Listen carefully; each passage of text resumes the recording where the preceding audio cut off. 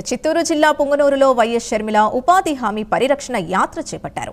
పేద ప్రజల కోసం వైఎస్ రాజశేఖర్ రెడ్డి అనేక పథకాలు తెచ్చారని గుర్తు చేశారు షర్మిల.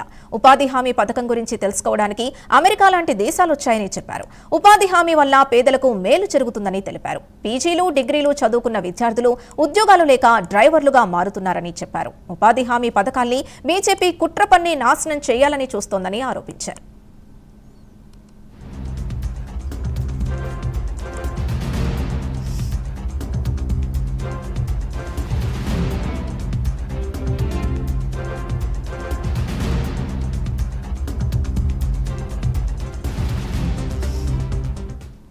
రాజశేఖర్ రెడ్డి గారి గురించి నేను మీకు చెప్పాల్సిన అవసరం లేదు.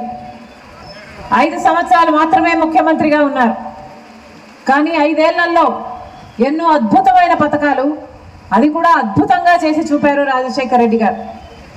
రైతులకు రుణమాఫీ అయితేనేమి, ఉచిత విద్యుత్ అయితేనేమి, ఆరోగ్యశ్రీ అయితేనేమి, ఫీజు రీయింబర్స్మెంట్ అయితేనేమి, లక్షల మంది పేద ప్రజలకు ఇల్లు లేయడం అయితేనేమి, అసైన్డ్ భూములు లక్షల మందికి పేద ప్రజలకు భూమి ఇవ్వడం అయితేనేమి, 108 అయితేనేమి, ఇలా 1 కాదు 2 కాదు ఎన్నో అద్భుతమైన పథకాలను చేసి చూపారు రాజశేఖర్ రెడ్డి గారు. రాజశేఖర్ రెడ్డి గారు ముఖ్యమంత్రిగా ఉండంగానే మన్మోహన్ సింగ్ గారు ప్రధానమంత్రిగా ఉన్నారు కేంద్రంలో. ఆ టైంలో తీసుకొచ్చిన పథకమే ఈ గ్రామీణ ఉపాధి హామీ పథకం, మహాత్మా గాంధీ జాతీయ గ్రామీణ ఉపాధి హామీ పథకం. ఎంత అద్భుతమైన పథకం ఇది అంటే అసలు ప్రపంచంలోనే కోట్ల మంది ప్రజలకు ఉపాధినిచ్చే పథకము ఇది తప్ప ఇంకొకటి ఇలాంటిది లేనే లేదట.